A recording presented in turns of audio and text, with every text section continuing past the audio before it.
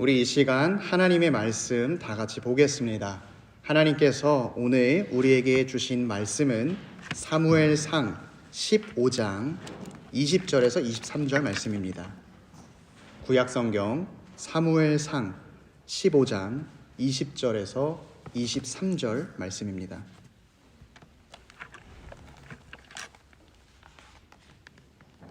제가 가지고 있는 구약성경 432면에 나와 있습니다.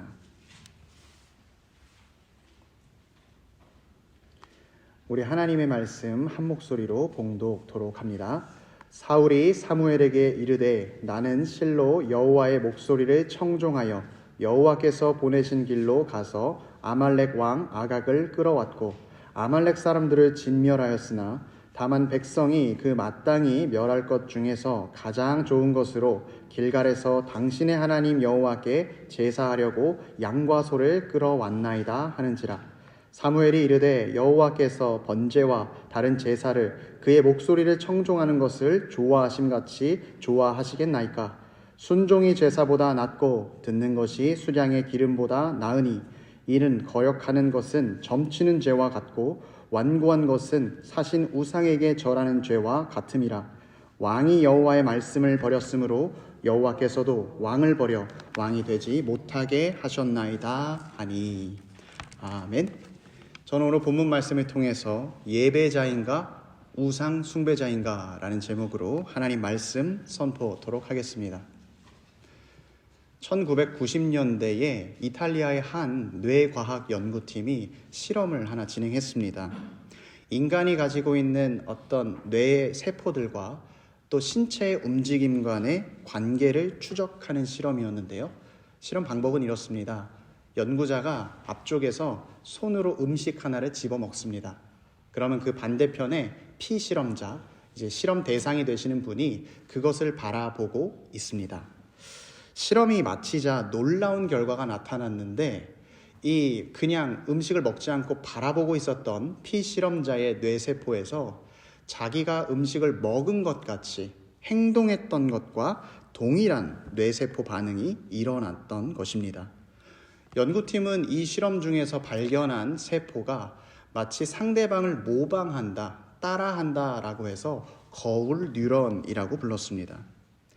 이 세포는 단지 누군가가 하는 행위를 보는 것만으로 그 대상의 행동과 감정과 심지어 그 깊은 곳의 의도까지도 우리가 따라갈 수 있음을 보여주었습니다.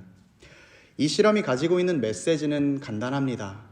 우리는요, 우리가 주목하는 대상을 닮아갑니다. 이 원리는 뇌과학에서뿐만 아니라 우리의 일상에서도 흔히 발견할 수 있습니다. 옛말에 아이들은 부모님의 뒷모습을 보고 자라난다라는 말이 있죠. 아이들을 보면 자연스럽게 그 부모님까지 알게 됩니다. 아이들이 말하는 표현이라든지 생각하는 방식이라든지 어떤 상황에서의 행동 양식을 보면 부모님이 어떻게 행동하시는지를 알 수 있는 것이죠. 우리가 가르치려고 하는 것은 쉽게 배우지 못하지만 우리가 가르치지 않으려고 하는 것은 우리 친구들이 보고 듣고 배우게 됩니다.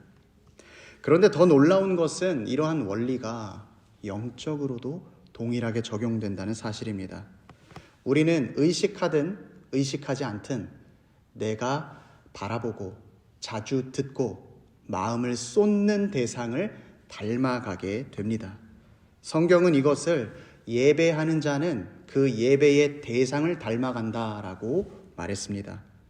여기서 예배는 단지 주일에 우리가 이렇게 모여서 1시간 동안 예배를 드리는 의식만을 얘기하는 것이 아니라 우리의 삶 가운데에서 내가 가치를 두고 내가 관심을 갖고 나의 마음과 갈망을 쏟아놓는 그 행위를 이야기합니다. 만약에 누군가 하루에 5분 정도 기도를 하는데 스마트폰을 한 5시간을 보고 있다면 실상 그 사람은 하나님이 아닌 스마트폰에서 주고 있는 정보와 즐거움을 예배하고 있다라는 뜻입니다. 실제로 하나님께서는 인간을 창조하실 때 하나님을 갈망하는 마음을 주셨습니다. 영원을 사모하는 마음을 주셔서 하나님을 예배하도록 만들어 주셨습니다. 그러나 인간은 죄를 범하고 이제 우리가 예배해야 할 하나님을 잊어버리게 되었습니다. 하나님을 예배해야 하는 그 갈망 가운데 다른 무언가를 집어넣기 시작했습니다. 세상의 물질이나 명예나 나의 즐거움 같은 하나님이 아닌 다른 우상들을 넣기 시작했습니다.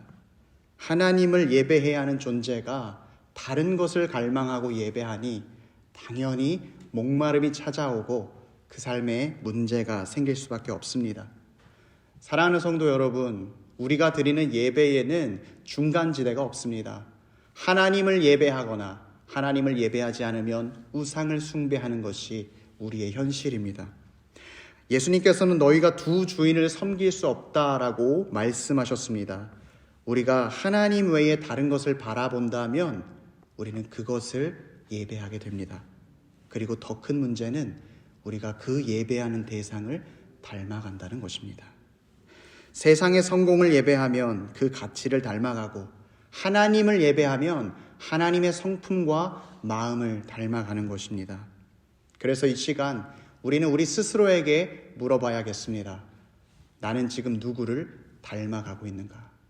나는 누구를 예배하고 있는가? 말씀은 우리 삶에서 하나님을 예배하는 것보다 중요한 것은 없다라고 이야기합니다. 예배의 실패는 단순히 종교적인 행위의 실패가 아니라 인생의 전 방향을 잃어버리는 실패가 되기 때문입니다. 오늘 본문 속 사울 왕이 이것을 잘 보여주고 있습니다. 그는 겉으로는 하나님께 예배했습니다. 그러나 실상은 그 마음 가운데 자기 자신을 높이고 있었고 사람들의 인정을 예배하고 있었습니다. 그는 예배 가운데서 실패했고 그 실패는 결국 인생의 실패로 이어졌습니다. 오늘 이 시간 말씀을 통해서 우리가 하나님께 드려야 할 예배는 어떤 모습인지 함께 살펴보기를 원합니다. 오늘 말씀은 이야기가 하나님의 명령으로 시작이 됩니다. 하나님께서 사울에게 명령하시길 아말렉이라고 하는 민족을 완전히 다 진멸하라고 말씀하십니다. 왜냐하면 아말렉 족속은 과거 하나님을 대적했던 자들이었기 때문입니다. 이스라엘 백성이 광야에서 지치고 힘들고 어려울 때에 아말렉 사람들은 이스라엘 백성을 공격했습니다. 심지어 그 방법도 굉장히 악랄했는데 그 행군하는 사람들 맨 뒤편에 힘이 없고 더 약한 여자와 아이들과 노인을 기습 공격했습니다. 이것은 여호와 하나님의 백성을 멸하려고 했던 시도이고 하나님을 두려워하지 않는 죄였습니다. 그래서 하나님께서는 내가 아말렉 족속을 끝까지 멸하겠다 말씀하셨습니다. 그리고 오늘 하나님은 그 뜻을 사울 왕을 통해서 이루시려고 했습니다. 그러나 오늘 결과는 어떠했습니까? 우리가 본문을 읽어서 알고 있듯이 사울 왕은 하나님의 말씀을 따르지 않았습니다. 하나님은 분명 모든 것을 멸하라 말씀하셨지만 사울은 자기가 보기에 좋은 짐승들을 따로 챙겨두었습니다. 그뿐만 아니라 사무엘이 그 진영에 찾아와서 하나님의 말씀을 순종했는지를 볼 때 어떤 짐승의 소리가 들리니까 이 짐승의 소리가 무엇입니까? 라고 묻자 사울은 저거는 백성들이 예배하려고 남겨둔 것입니다. 거짓말로 둘러댔습니다. 그는 겉으로는 내가 하나님께 제사 드리기 위함이다 라고 말했지만 실상은 자기의 유익을 앞세웠던 것이죠. 내가 이만큼 전쟁에서 승리했고 또 이만큼 전리품을 챙겼다라고 사람들에게 보여주길 원했습니다. 오늘 말씀에서 사울의 불순종은 단순히 말씀을 듣지 않은 정도가 아니었습니다. 하나님을 예배하는 일을 가볍게 여기는 아주 심각한 죄악이었습니다. 그는 예배란 내게 사정이 생기면 안 할 수도 있는 것이고 또 바꿀 수도 있는 것이고 나에게 좋은 것으로 예배한다고 생각합니다. 그러나 예배를 소홀히 여기자 사울이 점차 망가져가기 시작합니다. 가장 먼저 사울은 자기의 죄악에 대해서 무감각해져 갔습니다. 내가 하나님의 말씀을 지키지 않았음에도 사무엘에게 내가 하나님의 말씀에 순종했다고, 나를 축복해달라고 자기 자신을 착각하고 살아가고 있습니다. 또 심지어 사무엘이 사울을 찾아와서 옆에서 들리는 이 짐승의 소리가 무엇입니까? 회개할 수 있는 기회를 줬을 때도 그냥 그 기회를 놓쳐버렸습니다. 다음으로 사울은 하나님을 예배하지 않아서 살아는 있지만 영적인 생명력 없이 살아가게 되었습니다. 그는 마치 자기 자신이 우상을 섬길 때 그 우상의 모습을 닮아갔습니다. 우리 우상은 눈도 달려있고 코도 달려있고 이런 어떤 형체를 가지고 있잖아요. 그런데 그 우상은 보지도 못하고 듣지도 못하고 응답하지도 못합니다. 사울이 마치 그런 우상의 모습처럼 우상을 닮아간 것이죠. 하나님이 은혜를 주시지만 그 은혜를 보지도 못하고, 하나님께서 그에게 말씀하시지만 그 말씀을 듣지도 못하고, 하나님께 예배하지 않고 반응하지 않는, 다 죽어버린, 살아는 있지만 의미 없는 그런 인생을 살게 되었습니다. 결국 23절의 말씀은 사울에 대해서 이렇게 정리하고 있습니다. 왕이 여호와의 말씀을 버렸으므로 여호와께서도 왕을 버리셨다. 예배에 실패했기 때문에 그의 인생이 비참하게 흘러간 것입니다. 사랑하는 성도 여러분, 오늘 이후로 사울 왕이 계속해서 말씀에서 등장하지만 그에게는 평안함이 없습니다. 그가 잘 먹고 잘 자고 생활하는 가운데에도 이상하게 해결되지 않은 목마름 가운데 힘들어합니다. 그래서 이것도 해보고 저것도 해보고 다양한 것을 해보았지만 그 갈급함을 해결하지 못합니다. 또한 그것이 어디에서 시작된 목마름인지조차 모르고 평생 수고 가운데 살아갑니다. 그런데 이러한 것이 사울에게만 일어나는 일은 아닙니다. 우리 중에 누구라도 예배에서 실패한다면 겪을 수 있는 어려움입니다. 우리 삶 가운데 무력함이 찾아오고, 우리 삶 가운데 어려움이 찾아와도 이길 힘과 소망이 끊어졌다면 이 시간 가장 먼저 하나님께 드리는 예배를 회복해야 합니다. 저는 우리 주일학교 친구들이 목사님들이 전하는 말씀을 다 이해하지 못하더라도 이 시간에 앉아서 하나님께 예배하는 것이 굉장히 중요하다고 이야기하고 싶습니다.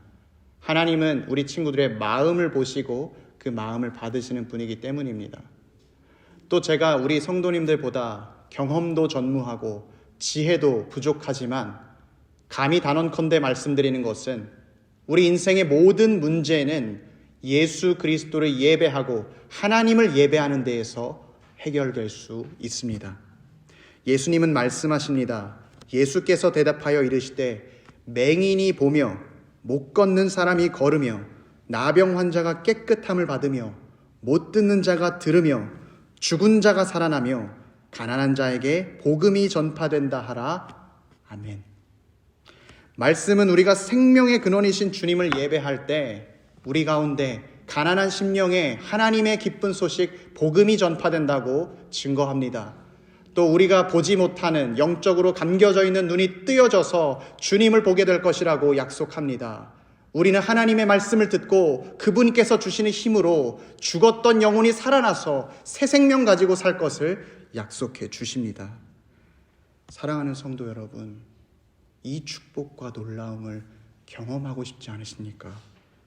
이 예배의 시간, 주님이 약속하신 것을 받고 싶지 않으십니까? 그렇다면 우리는 하나님께 예배해야 합니다. 하나님을 어떻게 예배해야 하느냐? 22절의 말씀을 보겠습니다.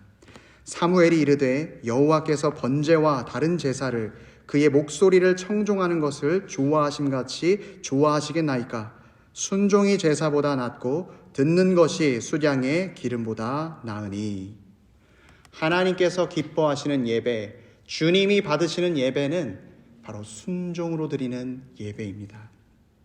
죄가 불순종을 통해 들어왔고 복은 순종을 통해 흘러 들어옵니다. 우리는 내가 이해되는 것만, 또 내가 원하는 것만 따를 것이 아니라 하나님께서 말씀하셨다면 막막하더라도 이해가 되지 않더라도 순종하는 것이 필요합니다. 왜냐하면 하나님의 생각이 나의 생각과 계획보다 훨씬 더 크시기 때문입니다. 만약에 우리가 주님의 신비함을 경험하고 싶다면, 주님께서 주시는 은혜를 받고 싶다면 나의 생각과 나의 논리로 이해되지 않는 일까지 순종해야 합니다. 다들 구약 성경에 있어서 노아를 잘 알고 계시지요? 노아에게 하나님께서 말씀하셨을 때 방주를 만들라라고 말씀하셨고 그 다른 어떤 징조도 주지 않으셨습니다. 노아는 비가 많이 와서 홍수가 일어난다라는 사실조차 몰랐습니다. 단순히 하나님께서 방주를 만들라는 사실에 그냥 하나님을 믿음으로 그 말씀에 순종했습니다. 노아는 사람들이 비아냥거리는 소리에도 개의치 않고 하나님의 말씀에 끝까지 순종했습니다. 그리고 나니까 하나님의 말씀대로 그는 은혜를 입은 자가 되었습니다. 사랑하는 성도 여러분, 우리가 진정 광야의 길을 내시는 하나님을 경험하기 위해서는 그 광야의 길 가운데로 나아가야 합니다. 사막에서 강을 내시는 하나님을 경험하기 위해서는 하나님의 인도하심 가운데 걸어가고 있어야 합니다. 순종은 우리가 경험하지 못한 놀라운 하나님의 은혜를 경험케 하는 축복의 통로이자 열쇠입니다. 그런데 우리가 말씀을 보고 또 그래 이제 정말 순종해야겠다 결심하고 다짐할 때 마주치는 문제가 하나 있습니다. 말씀을 정말 따르고 싶지만 우리가 연약하다는 사실입니다. 심지어 순종하는 것에 한 번, 두 번 실패하다 보면 우리 스스로 결론 내리길 나는 진짜 안 되나 보다, 도저히 불가능한가 보다 라고 생각합니다. 그런데 아이러니하게도 나로서는 안 된다라는 이 고백이 바로 순종의 첫 걸음입니다. 내가 내 힘으로 순종할 수 없기 때문에 우리는 주 예수 그리스도께 도움을 구할 수 있습니다. 나는 할 수 없다라고 고백하는 사람만이 겸손히 주님의 앞에 엎드릴 수 있습니다. 첫째 아담은 불순종했습니다. 그러나 마지막 아담 예수 그리스도는 온전히 순종하셨습니다. 그리고 예수님께서는 모든 순종의 모범이 되어주셨고 우리가 순종할 수 없는 그 자리에 서셨으며 우리가 순종의 자리로 나아갈 수 있도록 주님은 십자가에 달려 돌아가셨습니다. 예수님은 우리 안에 거하시며 이제 우리 힘으로 할 수 없는 순종을 하게 해 주십니다. 그래서 우리는 혼자서 순종하지 않습니다. 내 안에 계신 예수 그리스도로 말미암아 순종합니다. 그렇다면 우리가 이 순종할 수 있는 힘, 예수 그리스도로부터 은혜를 어떻게 경험할 수 있겠습니까? 성경은 말하기를 하나님의 복은 말씀을 주야로 묵상하는 사람에게, 아침과 저녁으로 읽는 사람에게 임한다고 했습니다. 또 성경은 증거하기를 믿음은 들음에서 나고 들음은 예수 그리스도의 말씀으로부터 임한다고 했습니다. 사랑하는 성도 여러분, 우리가 말씀을 가까이 할 때 순종할 수 있는 힘을 얻게 됩니다. 우리 주님께서 주신 이 말씀은 단순히 어떤 정보들의 나열이 아니라 나를 향한 하나님의 살아계신 음성이며 우리에게 축복과 순종할 수 있는 모든 것의 도구입니다. 어느 한 소년의 이야기입니다. 이 소년이 병원에서 큰 수술을 받게 되었습니다. 수술대에 누웠던 소년은 주먹을 움켜쥐고 땀을 흘리면서 고통을 참았습니다. 그리고 다행히 그 수술이 다 잘 끝나게 되었을 때 수술을 담당한 의사가 그 소년이 너무 기특해가지고 야, 너 참 용감하구나 이렇게 이야기를 했습니다. 그랬더니 그 소년이 자기가 꽉 쥐고 있던 주먹에 펼치면서 그 속에 있는 쪽지를 보여주었습니다. 그 쪽지에는 보이스카우트는 용감하다라는 글이 적혀 있었습니다. 알고 보니까 이 소년은 보이스카우트였고 고통을 받을 때마다 아픔이 있을 때마다 주먹을 꽉 쥐면서 보이스카우트는 용감하다, 보이스카우트는 용감하다 마음속으로 되뇌었던 것입니다. 말씀을 묵상하는 것이 바로 이런 모습입니다.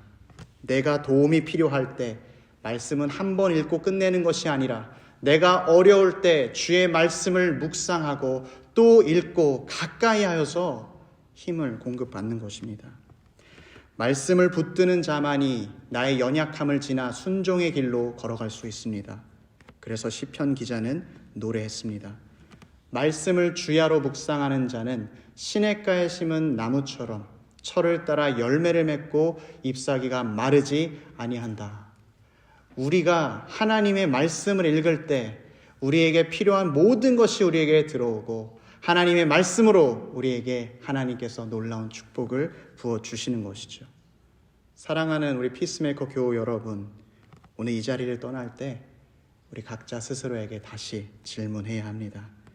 나는 하나님을 예배하는 예배자인가? 내가 마음을 쏟고 청종하고 있는 음성은 누구의 음성인가? 하나님을 예배하지 않으면 우리는 결국 다른 무언가를 예배하게 됩니다. 그리고 그 다른 것들로 말미암아 갈급하고 목마름 가운데 살아갈 것입니다. 우리는 사울의 실패를 쫓지 말아야겠습니다. 입술로만 주님을 예배하고 나 자신을 높이고 다른 것을 찾았던 사울의 실수를 따르지 않고 삶으로 순종하는 예배를 드려야겠습니다. 이 시간 우리 마음 가운데 주님, 나의 삶으로 주님께 순종하겠습니다. 나의 예배의 자리를 회복하겠습니다. 결단하는 은혜가 있기를 축복합니다. 또 혹시 넘어졌을지라도 주님 말씀 묵상하면서 예수 그리스도와 함께 다시 일어나시길 축복합니다. 그래서 하나님을 예배함으로 주님 부어주시는 놀라운 은혜 경험하는 저와 여러분 다 되시기를 주의 이름으로 축원합니다.